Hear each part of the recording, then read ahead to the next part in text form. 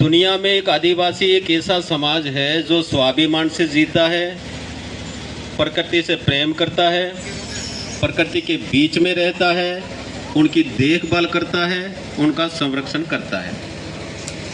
लेकिन आदिवासी की खूबसूरती ये है कि उनके प्रेम करने के साथ साथ स्वाभिमान का पक्का होता है। कभी भी अपना स्वाभिमान नहीं बेचता है। आपने सारा इतिहास बताया तो देखा होगा, राजा महाराजाओं का समय होगा तब भी आदिवासी ने अन्याय का विरोध किया होगा और इसीलिए आदिवासी जंगलों में जाकर रहने लगा और उसका विकास नहीं हुआ। मुगल शासन आया तब भी आपने देखा होगा मुगलों का विरोध आदिवासियों ने किया और आपने इतिहास पढ़ोगे क्योंकि आदिवासी का इतिहास किसी ने लिखा नहीं और आदिवासी के इतिहास को हमारे सामने लाने का प्रयास नहीं किया, इसलिए हमारे इतिहास को हम भूल गए। इस देश के प्रति जिस आदिवासी का जो सम्मान रहा, जो स्वतंत्रता प्रेमी जो आदिवासी रहे, जिन्होंने अपना बलिदान दे दिया लड़ते लड़ते। एक लंबी श्रृंखला है। बिरसा मुंडा का चित्र यानी लगा, मैं कहता बिरसा मुंडा का चित्र लगाना चाहिए लेकिन वो हमारी शोभा यात्रा में चला गया, से नहीं लगाया। उस व्यक्ति का इतिहास आप पढ़ेंगे तो वो बहुत कम उम्र में 17-18 साल की उम्र में अंग्रेजों से लड़ते लड़ते उसको पकड़ लिया गया और जेल में उनको जहर दे करके मार दिया गया। एक समय ऐसा आया कि अंग्रेजों से लड़ रहा था, 2 भाई थे और सारे के सारे आदिवासी तीर कमान लेके उनके साथ चले गए। अंग्रेज कह रहे कि हथियार डालो, वो भाषा जानते नहीं, वो लड़ना जानते थे। एक व्यक्ति भी जिंदा रहा तब तक वो लड़ते रहे, अंत तक लड़ते रहे। ये देश के लिए लड़ते, देश के लिए कुर्बानी दी है। मित्रों, ऐसे ही महाराष्ट्र के का एक एक बताएंगे तो बहुत लंबा हो जाएगा। आपने मेवाड़ का सुना होगा। ये जो देश आपका बचा है ना भारत, ये भारत बहुत बड़ा देश था, बहुत छोटा टुकड़ा। ये कश्मीर से लगा करके कन्याकुमारी तक यही नहीं था, ये बहुत बड़ा था। ईरान, इराक, अफगानिस्तान, ये बांग्लादेश तो अभी बना है, पाकिस्तान अभी बना।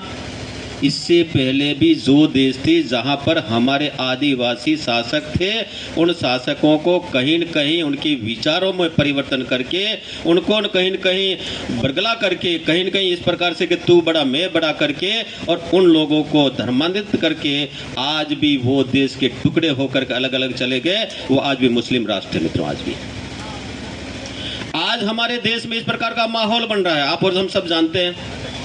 आजकल एक हमारा ही भाई कहने लगा कि मैं हिंदू नहीं हूँ, मैं आदिवासी हूँ। तो चलो आदिवासी मान लिया, ये जो हमारी जमात बैठी है पुरानी, कई 80 साल के होंगे, कोई 50 के होंगे, 60 के होंगे, 70 के होंगे, कोई 100 से ऊपर के भी होंगे। आज भी 100 से ऊपर हमारे लोग होंगे। वो बड़े या तू बड़ा, उनसे पूछो मित्रों। हम कृष्ण करते हैं और अब आकर के हम जय जोहार कहेंगे, ये नहीं कहेंगे ये हमारा नहीं है, तो ये हमारे में तोड़ने की षड्यंत्र चल रहा है मित्रों। इस बात को आपको और हमको समझना पड़ेगा। बहुत अच्छा एक भौगोलिक भूभाग हमको मिला है। इस भारत के टुकड़े करने के लिए देश और दुनिया की सारी ताकतें लगी है मित्रों। किस प्रकार से भारत को तोड़ा जाए, इसके लिए षड्यंत्र चल रहा है। इस षड्यंत्र को हमको समझना पड़ेगा। आज बैठे और लोग बैठे, हमारे अधिकारीगण भी बैठे। एक वर्ग जाकर के अलग से कार्यक्रम कर रहा, हमने कहा साथ में इसके विषय में हम चिंता करेंगे, लेकिन वो अलग जाके कार्यक्रम करते हैं क्योंकि तुमसे हमारे प्रेम नहीं है, तुमसे हम तुम्हारे साथ हम बैठ नहीं सकते। तो ऐसा कौन सी बात है, हम सब बैठे, हमें तो कोई तकलीफ हो नहीं रही, उनको क्या तकलीफ होनी चाहिए।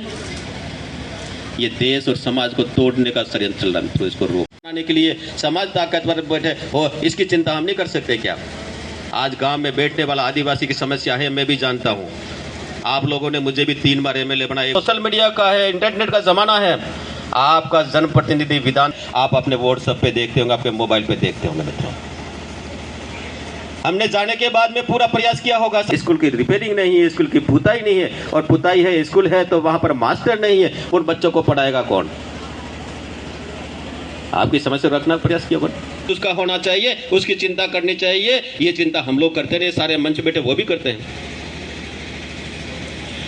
आज गांव के आदिवासी भाई जंगल में रहता, आज जमीन भी जितनी खेती करने योग्य जमीन निकालेंगे, लेकिन जो आपके आसपास में जंगल है, इस जंगल को सुरक्षित नहीं रखोगे तो दोस्तों आने वाला समय हम और आपके लिए, सबके लिए, आने वाली पीढ़ियों के लिए कष्टदायी होगा। अगर हमारा जंगल नहीं होगा, हरियाली नहीं होगी, तो बारिश नहीं होगी मित्रों, और जो जीने की ऑक्सीजन हमको मिलती, जो गैस मिलती है ऑक्सीजन, वो ऑक्सीजन हमको नहीं मिलेगी तो हम तफड़ तफड़ के मर जाएंगे। अभी पर्यावरण किसी ने बात की थी, जब पर्यावरण खराब हुआ तो न तो बारिश होगी और न हम जी सकते हैं मित्रों, हम फिर मौत के मुंह में चले जाएंगे। ये भी जरूरी है। आपने देखा कोरोना जैसी महामारी आई, शहरों में लोग ऑक्सीजन के लिए तफड़ते थे। आपके यहाँ से किसी को एक ऑक्सीजन का सिलेंडर चढ़ा है क्या? कोरोना हुआ हो, इलाज कराते कराता ही वो ठीक हो गया। ये इस प्रकृति की देन है, जिसके कारण से आज भी हम सुरक्षित हैं मित्रों। मुझे विकास चाहिए, मुझे शिक्षा चाहिएगा। बच्चा पढ़ लिख जाएगा तो सारे विकास हो जाएंगे। आज मैं दावे के साथ कह सकता हूँ ना, एक भी परिवार में एक भी बच्चा ऐसा हो नहीं होगा जो वो स्कूल नहीं जाता होगा मित्रों। एक भी स्कूल में एक भी बच्चा परिवार का नहीं होगा जो स्कूल नहीं जाता होगा। बीच में हमारा एक थोड़ा सा और माहौल बिगड़ा था कि बच्चियां तो जाती है पढ़ लिख करके दूसरे घर में, उसको क्यों पढ़ाएंगे। हमने कहा बच्ची 2 घर सुधारती है, पीहर पक्ष में भी सुधारती है, और जिस घर में शादी होके जाएगी उस शादी वाले घर को, अपने ससुराल के बच्चों को सुधारती है। ये 2 परिवार सुधारती है, इसलिए बच्चों को पढ़ाना चाहिए। आज प्रत्येक बच्ची पढ़ने जाती है। आज मुझे गर्व के साथ कहना पड़ रहा मित्रों, अपने यहाँ डॉक्टर नहीं बनता है, चलो बाबू बन जाएगा, मास्टर बन जाएगा, यहीं तक पढ़ाई करेंगे क्या? आज हमारे मांडवा क्षेत्र का एक बच्चा डॉक्टर बना है मित्रों। वो किसका है? मार साहब का, बंसी लाल जी का एक बच्चा डॉक्टर बना है मित्रों। पहला बच्चा यहाँ का बना, कोटड़ा के इस क्षेत्र का। अपन इधर देवला खंड में जाते 2-3 डॉक्टर बन गए। ये ही हमारे बालकों में एक गरीब का पैसों का तनख्वाह ले रहा हूँ। ये अधिकारी बैठे हैं, इनको जाकर हम सिस्टम से कहेंगे, दादागिरी से नहीं, ये मेरा अधिकार है, आप करिए, करेंगे। क्यों नहीं करेंगे? करना पड़ेगा, एक बार 100 बार करना पड़ेगा, लेकिन दरवाजे तक जाना तो हमको पड़ेगा ना। वहां हम जाएंगे ही नहीं, मुझे तकलीफ है, तो फिर इनको भी सपना नहीं आते तो आएंगे ही नहीं, हम भी नहीं आएंगे। उनको उंगली करनी पड़ती, भैया घोड़े पे सवारी करने वाले को लगाम ठीक से पकड़ेगा तो घोड़ा ठीक चलेगा, अन्यथा घोड़ा दाएं बाएं जाएगा, आपको भी नीचे गिरा देगा मित्रों।